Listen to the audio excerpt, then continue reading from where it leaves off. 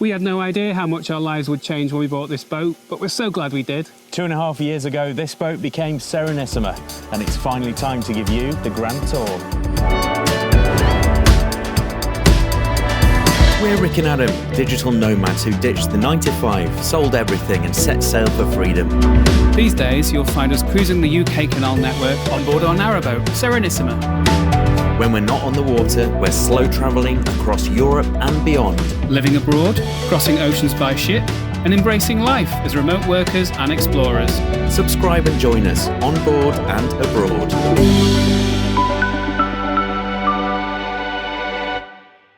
Hello. Hello. So before we commence with a full tour of Narrowboat Serenissima, we will give you a few facts and figures about where we got her from and who built her. So it's a 58-foot narrowboat, and it's a reverse layout, which means that the cabin, the bedroom, is at the front of the boat. And she was built in 2015 by JD Narrowboats and fitted out inside by Live the Dream. We did not buy her new. So when we purchased her 2.5 years ago, she had a different name and has had a previous life as a hire boat. A kind of semi-hire boat. It wasn't part of a fleet of narrowboats. It was literally hired out by a family that owned it, basically. We found that this boat has a TripAdvisor. Seriously. But with the other name, which we shall never utter. Yes. And we're not allowed to. The rules of renaming a boat, it shall never be uttered again. JD narrowboats are quite distinctive, we've found. We didn't know. But people stop and say, oh, that's a JD. It's the cabin at the front. It's the fact that it doesn't have a proper well deck at the front. The whole of the cabin takes up nearly the whole of the front of the boat. So if you look at the Narrowboat Serenissima from above, it's almost a coffin shape, which is very unusual. Normally with a narrowboat, you would, the doors, you'd have a well deck, which would probably start about here, where it starts to taper. So you'd have a set of doors and you'd have a little place where you can sit and store things. We obviously don't have that. The boat has been built to give you more space inside and less outside. Very, very much less outside. Yeah. We have this little thing. We have which, this you can stand locker. On. It's messy. Yeah, it's messy. It's where we keep our rubbish before going to a refuse site. And things like spare water in canisters, things like that. Tyres. So yeah, you can sit on there whilst it's moving, and it is quite nice, but it is quite short to sit on. We have a light. Good. That's I think that's a requirement. Yes, it's a headlamp. That is a legal requirement that we have that. It's quite bright. It's not an LED one, it's an old-fashioned one. Yep, and we have our Venetian flag at the front there. This, you may have seen in a previous vlog, is our seating area in the summer. Not currently. Currently it's just about a live garden. It's really good for lazing around in the summer. We put blankets out here, cushions, we have light lanterns. It's a nice reading spot. It's a really nice space. In the middle of nowhere. Yes. So next is the Serenissima artwork. The reason it is a slightly odd shape is because the old name was here with a slightly odd shape. So I had to design something that was roughly the same size, the same footprint as what was there before. We obviously knew it was going to be a winged lion in some description, so this is what I came up with: head and wings. And it gets a lot of comment. People often say, "That's amazing. It would look good as a tattoo." Is the thing we get quite a lot, isn't it? Moving on, we have coal here under a tarpaulin. It is the beginning of December now, so it's freezing. The canal was actually frozen this morning. And we have two very powerful, they were the biggest we could get at the time. I don't know if that's still true. We think they're 800 watt each. They provide a lot of solar power, especially today. It is cold, but it's nice and sunny. Here we have, this dish is a Starlink, so we are no fans of Elon Musk, but we've had this ever since we bought the boat, and it is brilliant. As long as this dish can see the sky, you get really good internet. So you can't moor under a tree, but all that means we can moor in the middle of nowhere and still get really, really great download and upload speeds, which is obviously key because we work on the boat too. About 200 to 300 maybe. Yeah, per second. Oh, there. Canaletto. This is Canaletto, our chimney. Thing that the boat came with, which we didn't realise how brilliant it would be, is privacy glass. These are mirrored windows, so hello. They're brilliant. Unless the sun is directly shining on us, actually in the boat, no one can see us when we're on board. In the daytime, unless as soon as we put the lights on at night and it's lighter inside than it is outside, you can see through. Yeah, but then obviously we've got blinds. So yeah, it's really good. We have our Venetian flag at the back, which is now the red one. We have blue in the summer. And now into the porch awning. This does get messier during the winter months because we keep our fuel, our logs, our kindling, our coal in here, just so that we don't have to go out into the cold to get more on a cold night. And then under here we have our engine. It's a Beta Marine 43, so 43 horsepower engine. And it's, we find it to be reasonably powerful. We don't have to put many revs on, and it goes at quite a speed. Very impressed with it, actually. We have our locker here, which has our spare fuel jerry cans in there, and bits and bobs for the engine, and our mooring pins and hammer. And then in this locker, we have the gas bottle and some compost. And here you can see the instrument panel for the engine, the Beta Marine. And also you'll see that we've got these rather dishevelled blue, just pieces of card stuck on, because this boat still has all the safety brasses for when it was a hire boat. Like this one, locks beware of sill. And yes, we thought it'd be rather funny to put Cilla Black there. And one final handy gadget, which I find really good, when we're mooring up, I've got a compass here, so that I can tell where the sun will be rising and setting, and I can just set the solar panels accordingly. Just mention that this is a cruiser stern narrowboat, which means that we do get a lot of room here at the back whilst driving. The other narrowboats, the trad narrowboats and semi-trad, you're kind of squeezed in whilst you're driving. Which we didn't particularly want to go for, so we're glad we got one with a cruiser stern. I think time to go inside, because it really is cold, and the fire's on. So how it all started for us, we used to have 9-to-5 jobs. I was a teacher, Rick was head of marketing, and we used to basically get home and unwind by watching YouTube vlogs of narrowboaters. And we always had the dream of doing it, but never thought it possible. But then we thought, actually, it would be possible if we're willing to take quite a gigantic leap. A big leap, yeah. And we did. We decided to sell the house and most of what was in it to be able to buy a narrowboat and to be able to be more free in our work. So we're now both freelancers. We've kind of got a mini design agency going on. I'm a composer and designer, and Rick's obviously got his marketing and designing skills as well. And it's working out really well. We can work on the boat and in the middle of nowhere, as long as we've got good internet. But it did take a big leap, and just a bit of it's one of those confidence to do. One of those life-changing moments where you think, am I going to look back on this and regret not doing it? And the answer was yes. So we did it. The original plan at that time was to have a boat built especially for us. So we did some research, we found a boat builder that we liked, and we went and designed a boat with him. We paid a deposit for that too. And then things started to kind of unravel and go wrong. It was just at the time when Russia invaded Ukraine and the price of steel went up. So I had a couple of phone calls with the builder who said, the price of your boat has gone up dramatically because the price of steel has been raised because of this conflict.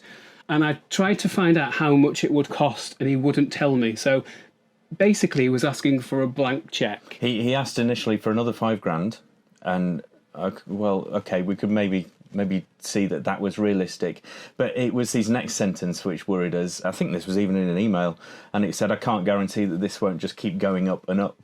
And obviously you can't commit to something like that. So long story short, we decided that it wasn't right for us in the end, and we cancelled the build and we went shopping for a second-hand boat. And we looked around quite a lot, so we didn't really know what we wanted at that stage, but by seeing lots and lots of them, we figured it out. The key things were to have a bed that was big enough and for the head height inside to accommodate me. And that last one was the hardest thing to find, because I'm 6'4", so I need to be able to not bang my head on the roof all the time. Yeah, and we looked around some real... Some wrecks, yeah, we did. And we were beginning to give up hope, and then we found this just near to the Christmas of 22, I think. And it just felt, as soon as we walked on board, it just felt right. Yeah, it did. The layout is brilliant. So that not having a well deck thing is brilliant because you utilise that space inside and have a bigger bed, which is phenomenal. I think this is, if more people lived with this on narrowboats, they would want this too, because it is absolutely great. Yeah, I don't want to be making up an extended bed every night and putting it away in the day, having to walk past it all day. So yeah, it's been brilliant. So we had the survey on it, and it came out good, and it needed some work, it needed re-blacking, so it took longer than expected. It took around 5 months. Yeah, we were quoted 2 months and it took an extra 3, so a quarter of a year. And bear in mind, we didn't have a house, so we were homeless at this time. Well, at that time, we were living in our caravan, just around the country, mainly in Buxton, where your family's from, and where you grew up. And yeah, we then moved the caravan to the boatyard, to the marina, where it was having work done, expecting to just be in the caravan for another couple of weeks, but it turned out to be months. But finally, she got in the water, renamed in May 2023. And the renaming ceremony, if you're changing the name of a boat, people are quite serious about it. And it's very superstitious, and it's made me quite superstitious. I will not utter the name of the old...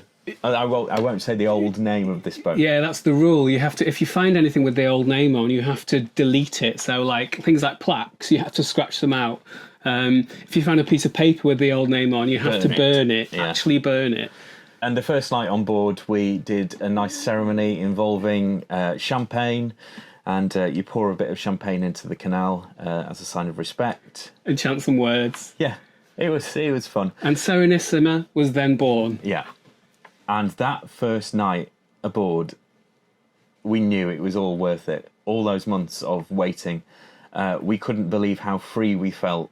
As we do, as we always try and do, we got a mooring in the middle of nowhere, and we opened that bottle of champagne, and we couldn't believe we'd done it. And that feeling hasn't really gone away. We do pinch ourselves all the time. It's an amazing life. We say this often. Can you believe it? Can you believe? Yeah. Can you believe what we do now? This is our life. This morning the canal was frozen, and there were ducks just on the side of the towpath. And if there's frost, if things are frozen, they do find it hard to find food sometimes. So I went out and fed the ducks. And yeah, it's moments like that you just think, you know, it's 7:30 on a random Friday morning, and I'm out on the towpath just feeding ducks, which is right next to our bedroom. So that's really cool.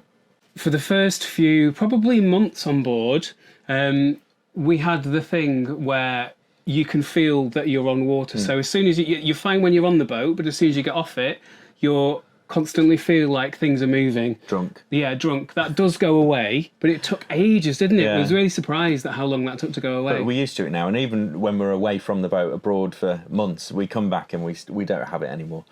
Yeah, and the other thing about the first couple of months, it's a really steep learning curve. If you're thinking about doing this, just be prepared. You will be learning things daily, and I still am. And I speak to boaters that have been doing it for 20 years, and they say every day's still a learning day. But you've just got to go with it and know that it will be fine. And YouTube helps, obviously. Right, we've shown you the exterior. We've talked too much. Yeah. And it's time to give you a view of the inside of our home. So the first thing that we see when we come in is the instrument panel. We have switches for the 12-volt things like the roof lights, bedroom lights, the water pump. And in order to use 240 volt, we need an inverter. So that's what we've got here.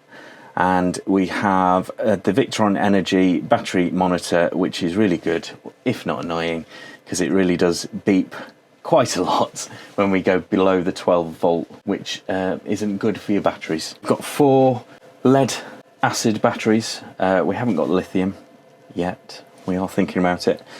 And then this is the heating, Webasto blown air heating, and that, as it says, heats up some air and blows it all the way down the boat. And then finally the navigation light there, The other two switches don't do anything at all. And in the cupboard below, we have the inverter itself. And electric switches. And down there, some things to help dry our clothes. Lots of boaters do have these brass plaques to say where they've been. And we do try and collect when we've been to a place. Although we find that there aren't many about now. I don't know if they've stopped making them, but we find it really difficult to find brass plaques in every place we go or every canal we go to, but we do try. And then in here is what I dub my moniker cupboard. It's just full of tools and mess. So we'll close that one pretty quickly. Immediately when you come in, you have the wood burner here. So this takes smokeless fuel and also logs and is pretty efficient. It can get quite warm in here. We use these fans on top to push the air to the other side of the boat. Behind it, we have, this is an aerial socket with no area on the roof, so it doesn't work. This is a plug socket. I think the stove will have been put into this boat later because I think these are in a really stupid place. Here we have this massive cupboard, which is really useful for storage. So I keep my my yellow bag in there. There's Deliveroo bag, yeah. There's all sorts of things in there. There's lots of different candles. We keep books, DVDs in there, all sorts of things. It's a bit like another moniker cupboard, to be honest. You're not meant to have more than one. Oh, we've got two. Got one each. This is, it's really for ornamental things. When I put these up, I thought books would fit on there, but they don't because they're too narrow. When we were looking for a boat, we didn't really want one with fitted furniture because I think it looks quite uncomfortable. This boat came with fitted furniture, so we kind of had no choice. But it's turned out all right because of the storage that you get. So here we get massive storage lockers under all of this, every single one. And it's really useful. You might think that these look quite uncomfortable to sit on. They're actually fine. They're more comfortable than they look. We use lots and lots of cushions and blankets and things just to lean against. So it's kind of as comfy as a normal sofa. We're quite happy with it now. This that holds the TV, we bought after having measured. We needed something that would fit in the space and hold the TV under the window. This is perfect, basically. It was a really good buy. Throughout the boat, we have the Sonos system. We've got a TV play bar there, and we've got this huge sub. With my work, it is composition. I do like to hear what I've composed before I send it to clients on many different formats, so as well as earphones. I like to blast it out of the sub and the Sonos system. So yeah, the boat does get quite loud at times, hence why we stay in the middle of nowhere. And the EcoFlow battery, this is so useful. We charge it up during the day, maybe only twice a day, and it gives us then about 4 or 5 hours of 240 volts to our main appliances, including internet, TV, Sonos, for a good 4 or 5 hours then. And without it, we'll be totally reliant on solar power, which we can't be, especially in the winter. We have the Houdini hatch, which is really useful in the summer. Basically, it opens flat, which is really cool. It's good for making insects go out as well in the summer. And here is the Pullman dinette, which was another one of the things on our list that we really wanted. Because we work from the boat as well, it's really nice to be able to have basically a desk each, either side of this. And this becomes our workspace as well as where we eat. We play board games here. This is really kind of the heart of the boat. Again, really useful storage here and on the other side as well.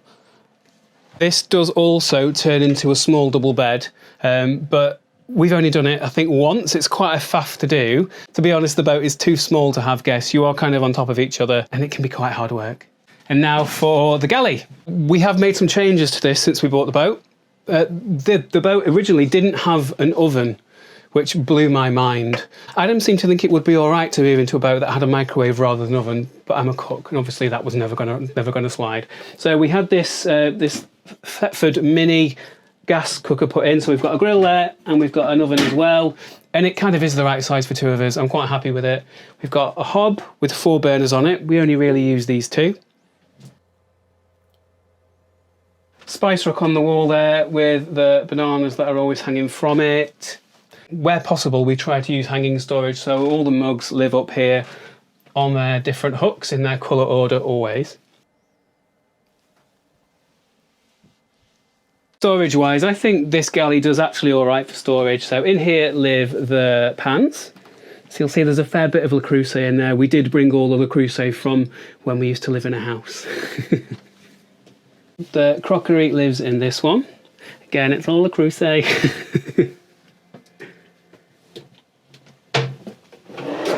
Classic cutlery drawer.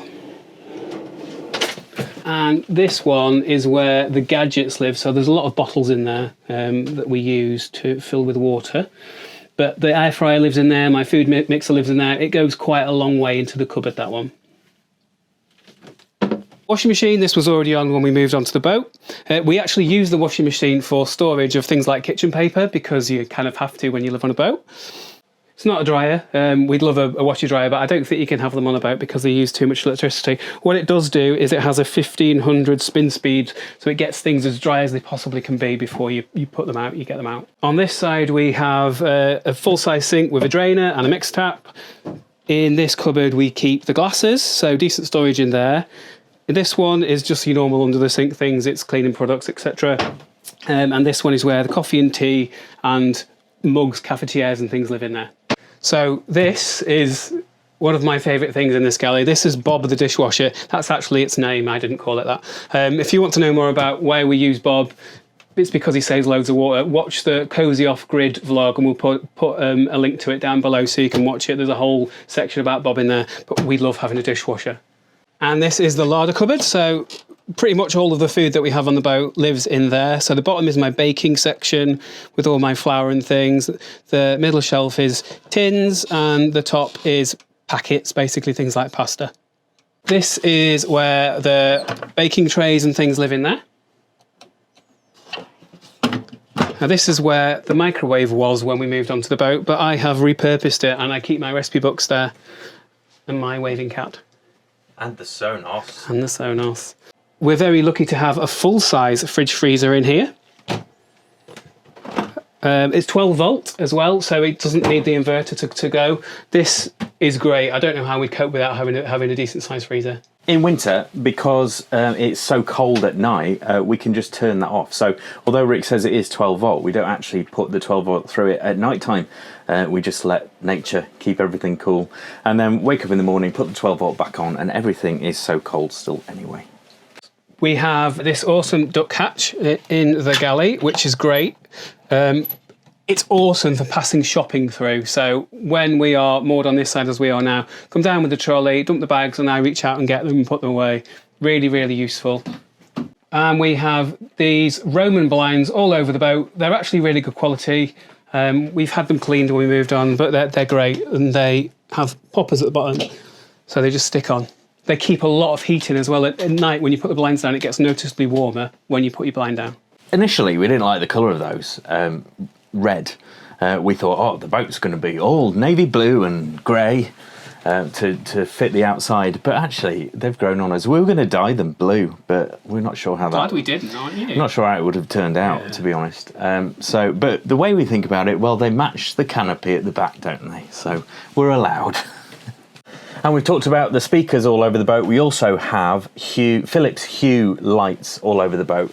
You can see them here. So we've got a desk lamp there. We've got a few desk lamps. And we've also got a strip light under the gunnel. So let's see if this works. Turn strip light on. And there we go. And I can make it any colour. Make the strip light bright blue. The last bit in here, there is just some hanging storage on this door to make use of the space. That's just got things like stationery, and so there is my Kindles, pencil case, notebook. What else is there? Masking tape, card game, blue tack, so odds and ends. And if we go here into the bathroom.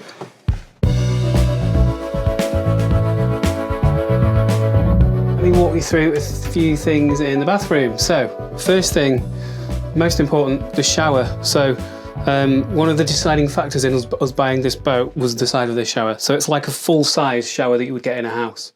But I'm 6'4", and this shower is plenty big enough for me. So decent size shower head, good water pressure. We put these in. These are hanging storage units in here for shampoo, not for me, shower gel, stuff like that. And there is a curtain. You may wonder why this bucket is in the shower. So that lives there to save water. So every time we have a shower, all the cold water that comes out when you turn the tap on before it gets hot goes into that bucket, and that goes into Bob, the dishwasher, so we don't waste a drop of water. So we just keep a bucket with a lid on there. We have hanging shelves here. We put these in when we moved on the boat. So there's 2 decent sized shelves for like toothbrushes, toothpaste, cosmetics. There is the shaving mirror, which is magnified on one side. I'm sure you're familiar with those.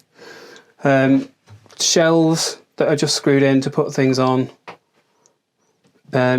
We have one mixer tap and a bowl sink, which I'm a big fan of. This is really the main storage in this room. So we have a huge cupboard in there. It goes all the way back and a little bit around the corner, and we just use these baskets to store all sorts of things in there. This switch here is for what's called the whale pump. So turn it on. And what that does is that empties the shower.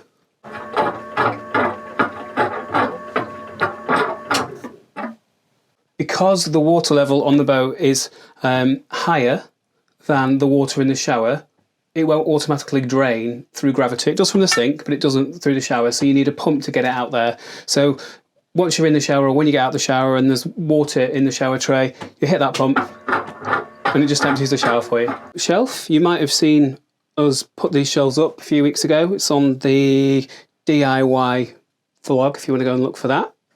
Not forgetting the toilet.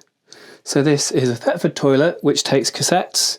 When we go through to the other room, I'll show you where the cassettes go, but basically underneath this toilet there is a grey cassette that that goes underneath. You fill it. Once it's full, the light comes on here at the top of the toilet, you know it's full, and you just change it. We've got 5 of these cassettes, so we're all right for a few weeks. A couple of other things. So this is a cross bathroom, which means it takes the full width of the boat. Sometimes this bit here where I am would be blocked off, and you'll have a smaller bathroom, but you'd have a corridor. Now, I think that if you're only 2 of you on the boat, I think that's a bit of a waste of room. So we always have to walk through the bathroom to get to the bedroom on this boat, but I'm quite happy with that. And what I like about the boat is as well in this room is that you have 2 windows. So when it gets steamy with the shower, open both of them and it does, yeah, open like that. When it gets steamy, open both of those and it goes away pretty quickly. And there are 2 lights as well in here, which you just operate by touching the metal bit around the outside. Oh, and I forgot to mention this, which lights up too.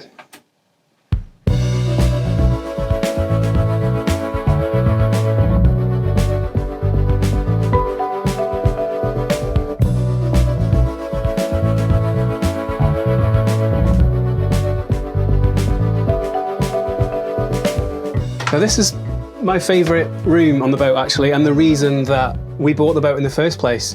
So this is a cross bed, which means it takes up the full width of the boat, and it is an end bed. So it means that we don't have a well deck on this boat. The well deck that we would have had would start about here. So on a normal boat, there would be doors here and you'd get a well deck there where you could sit. We don't have that. We just have more space inside, which I think is much better for the way we live. When we came to view the boat, this was the thing that clinched it, because I'm obviously very tall, I value my sleep a lot, and I needed a big bed. So this bed it's a king size at the top and a super king size at the bottom, so it is really large. And by narrowboat standards, this is a big bedroom, so we have a huge space here as well.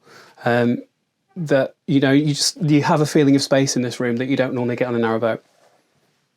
We have 2 actual hatches that you can open, and 2 porthole style windows as well. I'll open this one. This is really useful. So we've already seen the one that's in the galley. This is the other one. So they open like that. They open right the way around. So basically you've just got a lovely hole inside of your boat, and we use this for feeding ducks. If we're the other way around, and the canal isn't there and the towpath's there, we bring shopping through this. We bring the toilet cassettes through this when we're cleaning them out. It's really useful to have one on each side of the boat.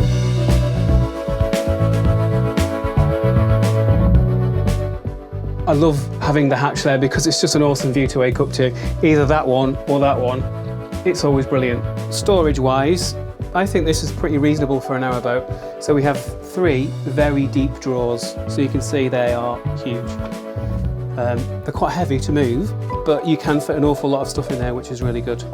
There is another drawer, which is, it's not the full width of the bed because that would be ridiculous, but it's pretty large. It's got board games in it at the moment, and we can keep the bedding in there as well. The water tank is under the bed, so that's kind of at the top. And in this corner, the water pump for the whole boat lives there as well. And we just get to it by lift up the mattress and go through it. We have 2 wardrobes in here. So this is like a half-size one, and this is a full-size one that goes in here. You can fit an awful lot of stuff in here, actually. And here, this is the cupboard for the toilet cassette. So we keep multiple toilet cassettes in there with the chemicals and things live in there as well. If you want to have a look in here, so we've got some storage boxes on the bottom and all the hanging space above, and that's kind of enough for me. That's my wardrobe. And this one is Adam's wardrobe. So you can see it's quite packed in. Again, we use the moisture catchers in there as well, so we don't want the clothes getting damp and musty. And we've got these stick-on magnetic lights that we use as well in there. A bit more storage in there. So again, that's just like stuff like stationery, old letters and things go here. But let me show you this. This is really cool, and I think it's deliberately done. Can you see that looks like a barn owl? We once met somebody at a lock that recognised the shape of this boat and asked if it was the particular boat builder that had built it, and it was. And he said, have you got anything interesting in there in the wood, or anything that looks like it could be an accident that isn't? And I said, yeah, we've got what looks like a barn owl in the grain of the wood in one of the rooms. He said, yeah, that was probably done deliberately. That was his trademark, the guy that built this. I think that's really nice. You probably saw us putting these shelves up in a previous vlog. Again, it was the DIY one. These are all of our aftershaves. We have got quite a collection between us. This is instead of a TV in here. So we used to have a TV on here, but it took too much room. So we got this, which is an Amazon Echo Show. Basically, it's an internet TV, digital photo frame. It's an Amazon Fire sort of thing. This is a Sonos system. Sonos 3, I think it is, but we've just put a nice cover on it. That's a moisture catcher, because it's winter, narrowboats do collect an awful lot of moisture. And you're probably wondering what this big piece of equipment is. This is a solar power heater and air conditioning unit, and it's awesome. The only negative that I have about this bedroom is that it's really far away from the stove, which is in there. So it's basically 58 feet away. And in the winter, that means the hot air has to come all the way up here, and quite frankly, it doesn't do a very good job. We've got the fans and stuff on top of the stove, but they don't really send very much hot air this way. It's fine and we manage, but the first year when it was kind of -5, -6 degrees, we realised we needed a heat source in here. And this is it. So I can show how it works. So currently it's in heat mode. You can see, you choose how many degrees, how hot you want it to be. That's what it is in here now. And hot air comes out of the front. The other awesome thing about this is it's an air conditioning unit too. In the summer, imagine it was the summer now, not the middle of the winter, we would move this over here on its little table, would go outside, and this is an actual air conditioning unit. It's got a compressor in it. It's like the ones that you get, you know, in other countries. It's a proper, I've just put it on air conditioning, I don't know if it's cold. So it cools this cabin down to 16 degrees in about 20 minutes if you keep the doors closed. It's really, really useful because narrowboats do get really hot during the summer. Turn it off. It's really clever because it can charge with solar power. So to charge it, what we do is we plug it in, and in the summer, it will just charge from solar panels. In the winter, it doesn't. In the winter, we'll plug it in, turn it on at the plug, and run the engine as we would run the engine anyway to charge the electrics. And in that sort of 20 minutes, half an hour, it will charge it, and then we can use it that night. Until we got that heater, the solar powered heater, this was the only heat source in here. The boat has blown air heating. This is the furthest point from where the heater is down by the engine. By the time it gets here, it's warmish, but it doesn't do enough to heat the actual cabin. So that's why we need that one as well. So lighting, there are 4 of these lights that you touch to turn on and off, but we don't really use them in this room because there are another 3 lights that are better for our uses. So it's on at the moment, but there is a light that under the gunnel on both sides, which is really nice. It just makes the bed look good. And there are 2 reading lights one on each side of the bed. And these balloons, they were bought from Venice, the Murano glass ones. We bought them with us when we had a house. But these are so useful because when you're on a boat, you can kind of wake up in the morning and you often wonder, is the boat leaning? Is that normal? One look at these and you can sort of tell, because of the gravity, whether the boat's leaning or not. I find those so useful. We didn't put them there for that purpose, but that's how they act. So you can wake up in the night and immediately know whether the boat is kind of listing to one side or the other. And if the boat is listing to one side or the other, it means that the canal level may have dropped, so you might be sitting on the bottom. It means that you might need to loosen or tighten your ropes up. It's just a kind of an early warning system to know first thing in the morning or in the middle of the night.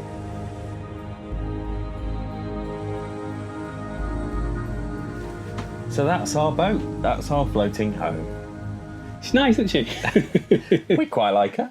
We absolutely love her. Yeah, we do. We were thinking, would we ever change? Well, no, we wouldn't. We wouldn't change this boat.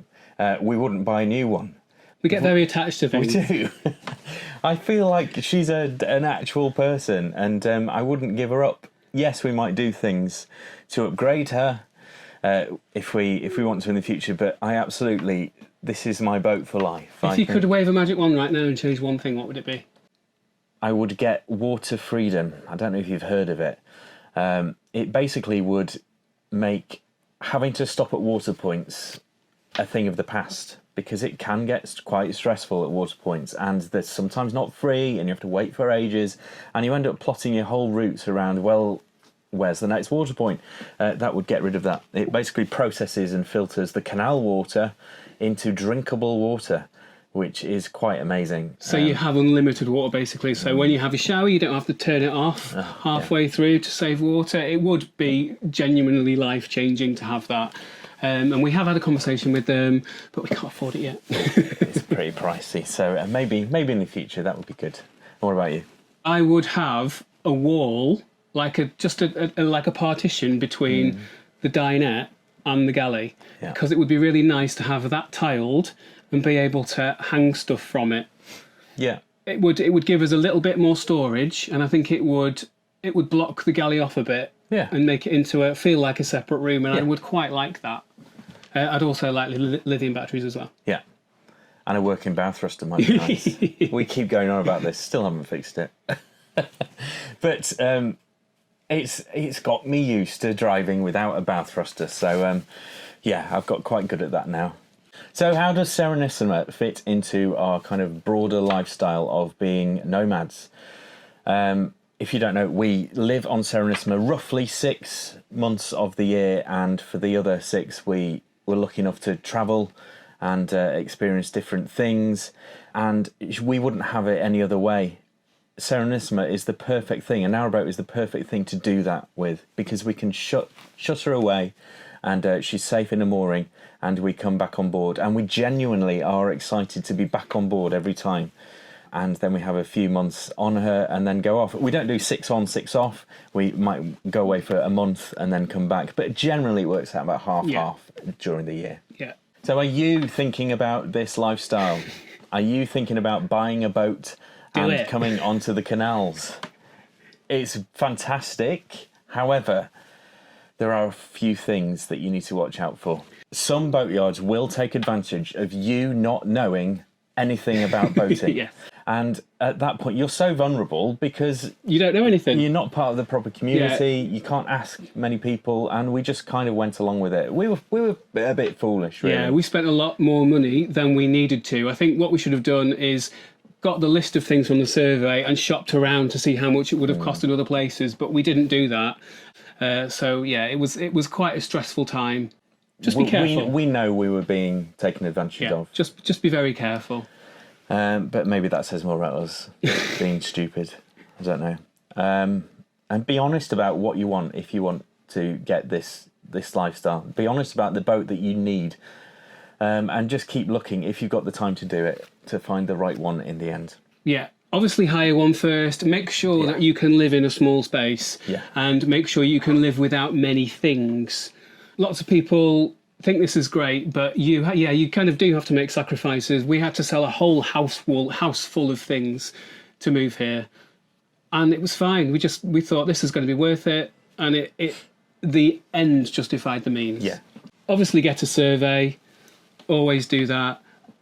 Use RCR, so River Canal Rescue are a lifeline. If anything happens to the engine, you don't know what to do in the first year, in the first 2 years, in the first 5 years. RCR, it's like the AA of the waterways. Yeah. They will come out and fix it within a few hours. Well, I don't think they've ever been longer than an hour. No, when we've used it a lot. Like the electrics went once, the engine's gone twice. Like we've absolutely had our money's worth from them. If you're going to do one thing, do that. Yeah.